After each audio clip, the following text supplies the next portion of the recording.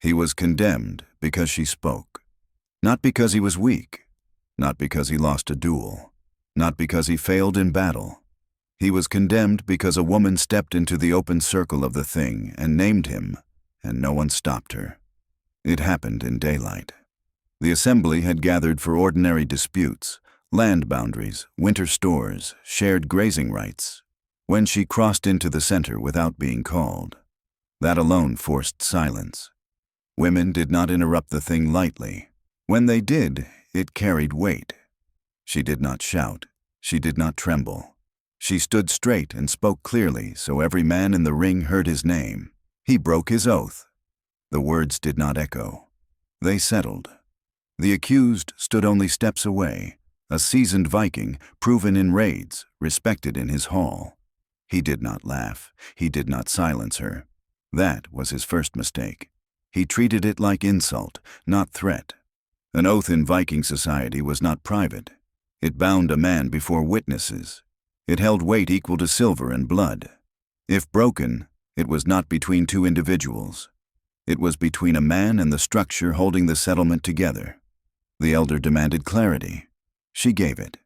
She described the agreement, protection promised in exchange for winter land use. She described the raid that came while her husband was away. She described going to the man who swore to defend her household. He did not come. He did not send men. He stayed in his hall. Heads turned. The accused stepped forward at last. He claimed the threat was minor. He claimed resources were stretched. He said he made a judgment call. He spoke calmly. That was his second mistake. Because she did not argue emotion, she argued structure. You swore before witnesses, she said, not before convenience. The tone shifted. This was no longer about fear. It was about reliability. If oaths bent when inconvenient, every agreement weakened. A murmur moved through the circle. He shifted tactics. He offered compensation, silver, livestock, grain. It might have worked if she had accepted. She did not. I did not ask for payment, she said. I ask whether his word means anything. That question weighed heavier than accusation. The elders withdrew briefly. The crowd remained. Now they watched him, not her. He called witnesses from his hall. They confirmed he had judged the raid minor and chosen not to act. Their confirmation harmed him more than helped. Inaction was deliberate. The elders returned. They did not issue punishment yet. They asked what mattered. Were there witnesses to the original oath? 3 men stepped forward. They confirmed it. The promise had been public. The obligation clear. The air changed. He realized too late this was not about one failed defense. It was about public reliability. A leader who breaks an oath destabilizes every contract. The elder spoke carefully. The oath was binding. Silence. The obligation was not fulfilled. Silence again. No punishment yet, but direction forming. He looked to allies, men who had raided beside him. They avoided his eyes. That was the first real shift. Not legal, social. Once support weakens in the circle, outcomes narrow. The woman remained still. Her part was done. The elder issued the first restriction. Until full judgment, he was suspended from leading raids and commanding collective defense. Small gasps. Not exile, not yet.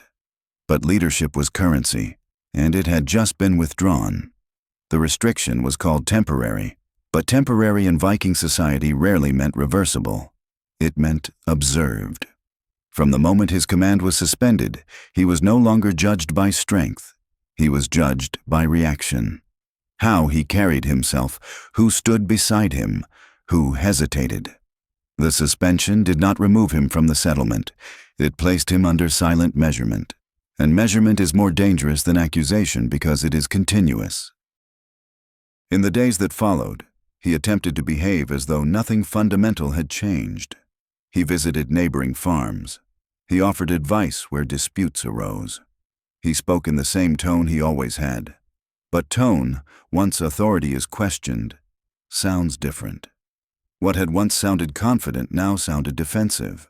What had once sounded decisive now sounded insistent.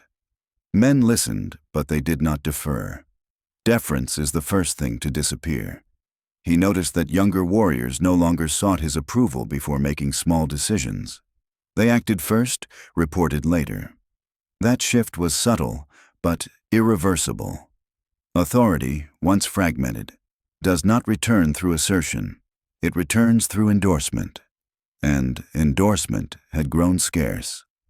A week after the suspension, a small raiding party returned early from scouting the coastline. Normally, they would have reported to him first. Instead, they went to the rival who had assumed temporary command. The rival did not gloat. He did not emphasize the change. He simply received the report. Efficiency is persuasive. That image, warriors standing before another man, traveled faster than any rumor. He confronted the rival privately that evening. He accused him of exploiting circumstance. The rival did not argue. He said only that stability required clarity. That response was surgical. Stability over pride. The language mattered. Because the accusation had shifted from oath-breaking to reliability. Now the debate centered on which man preserved order. Order always wins over ego. In an attempt to regain ground, he made a public gesture. He organized a private training session for younger fighters and invited them openly. Only 3 came. The absence was louder than refusal. The next day, one of those 3 quietly joined the rival's patrol. No declaration, no confrontation, just alignment. Alignment spreads through visibility. The woman, meanwhile, did nothing further. That silence strengthened her position. She had spoken once. The system now operated without her intervention. He realized that attacking her directly would appear vindictive, so he shifted tactics again. He began questioning the rigidity of oath law itself in smaller conversations. He suggested that flexibility was strength, that leaders must interpret conditions dynamically. Some listened, most did not respond. Because flexibility in leadership sounds wise, until it threatens collective certainty. Certainty is currency in harsh climates. Doubt is destabilizing. One evening, an elder visited his hall without announcement. The visit was not hostile. It was evaluative.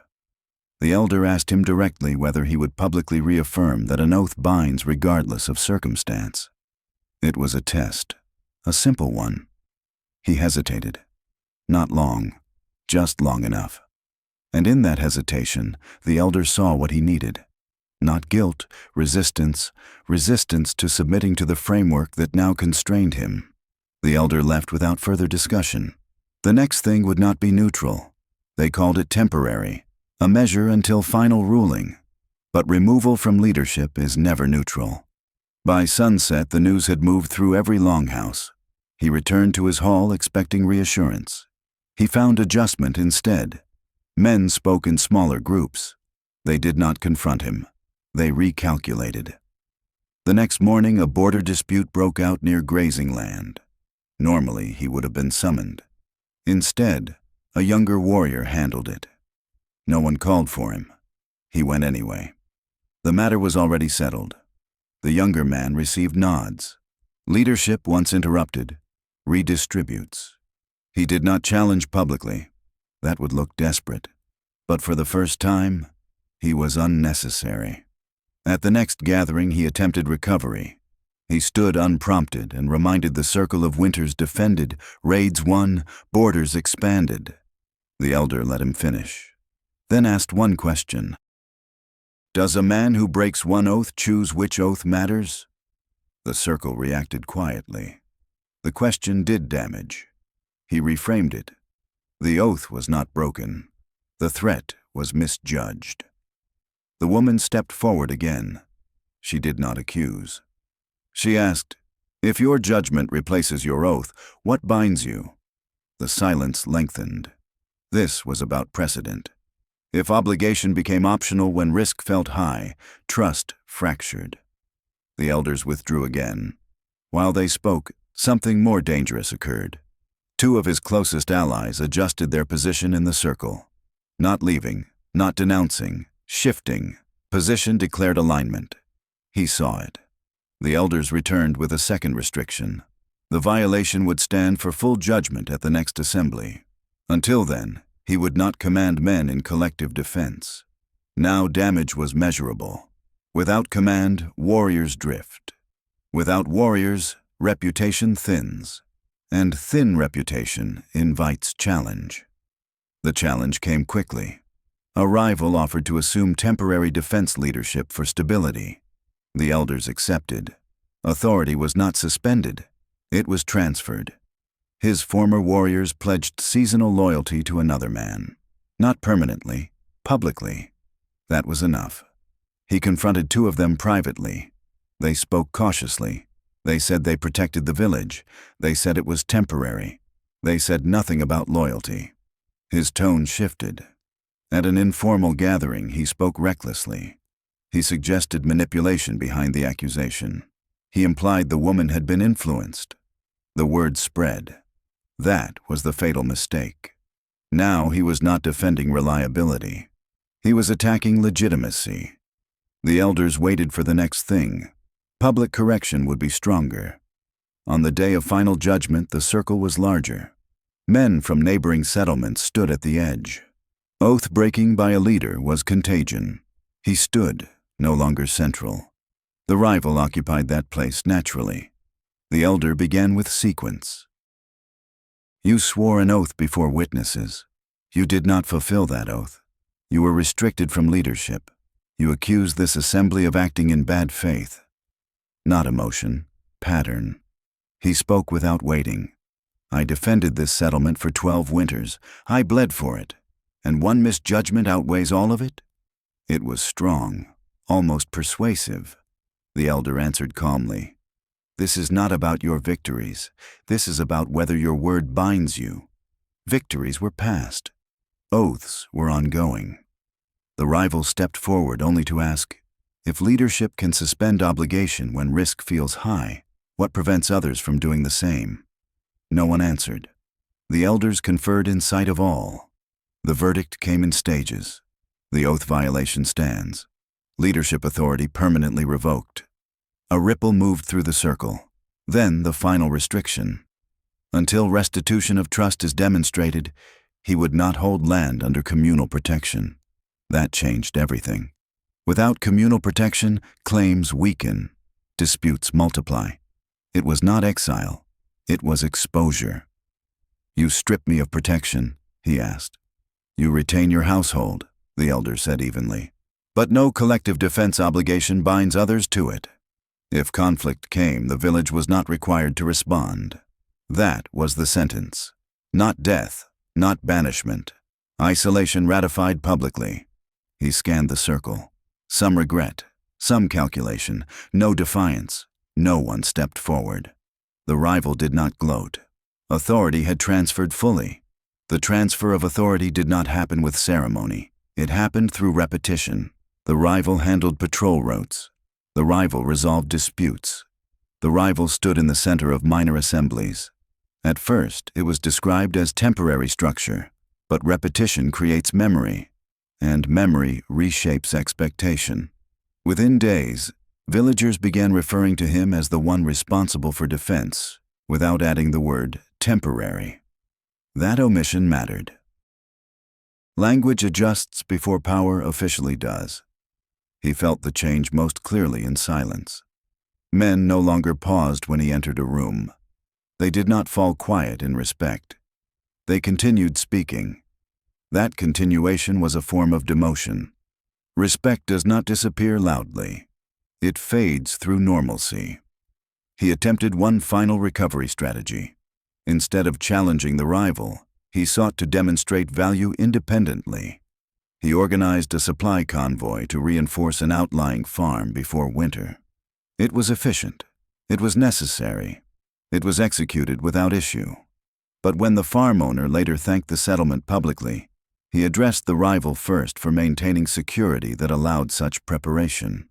The applause followed the wrong name. That was when he understood something critical. In Viking society, credit aligns with authority, not action. He had acted, but authority had shifted. Action without authority becomes background labor. The woman remained largely absent from these developments. She did not need to appear. Her accusation had already embedded itself into the structure, yet her presence lingered in conversations. When disputes arose, someone inevitably asked, "And what oath binds this?" That question had not been common before. Now it was reflexive. She had not only challenged one man, she had recalibrated the standard. That recalibration was more dangerous than punishment. It meant future leaders would be measured against a higher rigidity. He noticed it too. The rival began publicly reaffirming oath language in small decisions. Even minor agreements were now spoken with deliberate clarity. The rival did not accuse him directly. He did not mention the original violation. He simply contrasted through behavior. That contrast eroded what remained of his influence. Weeks passed. Winter approached. Then came the test neither man could control. A neighboring clan pressed a grazing boundary dispute aggressively. It was not yet violence, but it was escalation. The assembly gathered to decide response. He expected to be consulted. He was not. The rival outlined a defensive posture, citing collective responsibility and binding agreements. The elders nodded. The decision passed smoothly. Smooth decisions are lethal to displaced leaders. He could no longer even argue that instability followed his removal. Stability had increased. That was the final psychological blow, because his earlier defense had relied on strength and experience. But the settlement was functioning without him. Functionality is proof. Proof silences nostalgia. In a final attempt to regain narrative ground, he spoke during that same assembly. He did not accuse, he did not argue. He reminded the circle that strength requires flexibility, that survival depends on leaders making hard calls under uncertainty. It was a well-constructed argument, but the elder responded with precision. Flexibility without predictability invites doubt. Doubt again. The word had followed him since the first accusation. Doubt spreads faster than fear because it requires no enemy. It only requires hesitation. After the assembly dispersed, he approached the woman directly for the first time since the original accusation. The conversation was brief. He asked her whether she understood what her words had set in motion. She answered without anger, "I understood exactly."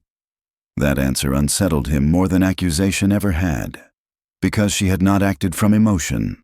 She had acted from calculation. She had chosen the vulnerability that could not be defended without redefining structure. He walked away without further words. That exchange did not remain private for long. It was seen. And in Viking settlements, visibility is interpretation. Within days, whispers reframed the encounter as pressure. It did not matter that he had not threatened her. It mattered that he approached her. The narrative tilted further against him. At the next thing, attendance was heavier than usual. Not because of the original oath, because now the community sensed transition. Transitions attract observers. The elder opened not with accusation but with assessment. He listed outcomes since the suspension. Patrol stability increased. Boundary disputes resolved efficiently. Oath language clarified. Collective trust reinforced. He did not mention names. He did not need to. Everyone understood comparison. The final movement toward judgment was no longer emotional. It was comparative. Which man preserved cohesion? Which introduced doubt? The answer had already settled before the verdict was spoken. The answer had settled before the verdict was spoken, but procedure required formality. Formality is what turns opinion into structure. When the elders gathered for final judgment, the circle formed tighter than before. Not aggressive, precise. Precision replaces emotion when decisions become irreversible. He understood that this was no longer about defending his reputation. It was about determining his category. In Viking society, category decides fate. A man could be warrior, ally, rival, liability. Once assigned, movement between categories was rare. The elder began without accusation. He began with comparison. Since the suspension, Defense has stabilized, disputes have decreased, oaths have been clarified. Each statement was neutral, but neutrality can wound deeper than blame. He waited for recognition of his past service. It did not come, because past service was no longer under review. Present cohesion was. The elder then introduced a procedural shift. A leader must not only act, he must be predictable in obligation. Predictable. The word carried weight. Unpredictability in war can be useful. Unpredictability in obligation cannot. The rival was asked a single question before the circle. If risk increases, does your oath change? The rival answered immediately. No. No elaboration. No justification. Certainty is persuasive when structure is fragile. The elder turned to him. If risk increases, does your oath change? He paused. Only a breath. But the pause was visible. It depends on circumstance, he said. That sentence sealed the outcome, not because it was irrational, but because it introduced condition. Condition weakens collective expectation. A murmur moved through the outer ring. He attempted correction. Every leader must assess reality. The elder did not challenge the logic. He challenged the hierarchy. Reality does not erase spoken commitment. That line finalized comparison. One man bound himself to his word. The other reserved interpretation. The difference was no longer about one broken promise. It was philosophical, and philosophy at the thing becomes law. The elders withdrew for the last time. The circle remained perfectly still. No one spoke to him. No one approached him. Social distance had become normalized. When the elders returned, the verdict did not include dramatic language. It was administrative. His land rights would remain, but without automatic collective enforcement. His household would receive no mandatory defense response unless separate agreements were negotiated. He would not sit in central assembly position. He would not represent the settlement in inter-clan negotiations. He would not command joint action. Each restriction was small alone. Together they redefined him. He was no longer pillar. He was tolerated risk. That reclassification was more severe than exile. Exile clarifies identity. This blurred it. He was inside the settlement, but outside its guarantees. The elder added one final clause. If trust is restored over time, review may occur. It sounded generous. It was procedural containment. Restoration without timeline is indefinite suspension. The rival did not react. That absence of triumph reinforced legitimacy. Victory without display feels earned. He looked toward the outer circle once more, searching for hesitation, for fracture, for someone willing to argue that his experience outweighed procedural rigidity. No one stepped forward. The woman stood still, neither vindicated nor hostile. She had not demanded his removal. She had demanded structural clarity, and clarity had chosen consistency over strength. The assembly dissolved quickly. Efficiency after judgment signals confidence. There was no unrest, no division. That silence confirmed the outcome more than any declaration. As men dispersed, conversations resumed about winter storage, trade routes, livestock numbers. The system absorbed the transition without shock. That was the final humiliation. The village did not fracture without him. It functioned. That functionality rewrote his legacy faster than accusation ever could. He returned to his hall under a sky that did not change color for his loss. Inside, fewer torches were lit. Not from rebellion, from adjustment. Fewer visitors, fewer informal consultations. Authority is not removed in a single act. It is redistributed until absence feels normal. By nightfall, patrol assignments had already been recalculated without his input. A young warrior delivered the updated routes to his door out of courtesy. Courtesy, not loyalty. He accepted the information without comment. The structure had not punished him with violence. It had redefined him through predictability. He had believed strength preserved position. She had understood that consistency preserves systems. In the end, no blade ended his authority. No duel reclaimed it. It was reduced through comparison, confirmed through procedure, and sealed through collective preference for certainty over interpretation. And that is how a woman changed his fate. Not by overpowering him, not by shaming him, but by forcing the circle to choose which mattered more, experience or reliability. The circle chose reliability. And once chosen, it did not look back. The woman spoke once more. I asked if his word meant anything. Now we know. It was not triumph. It was closure. The elder raised his hand. The assembly dissolved into ordinary discussion. Grazing schedules, fishing rights, spring patrols. The structure did not fracture. It tightened. He remained standing with no command to issue, no men awaiting instruction. His fate had changed without a blade drawn. Not because she shouted, not because she wept, because she chose the correct accusation. Not cowardice, unreliability.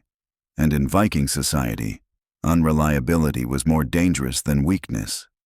As the field emptied, two warriors hesitated near him, almost speaking. They did not. They followed the rival. The woman walked back toward her household alone. She had not overturned a man. She had tested a structure, and the structure chose itself. By nightfall, patrol plans were reassigned. Her household received voluntary offers of watch support from neighboring farms. Protection reallocated itself. His hall was not attacked, not abandoned, just quieter. And in that quiet, the verdict settled. He had not been destroyed. He had been repositioned from central pillar to peripheral risk, because she spoke and no one stopped her.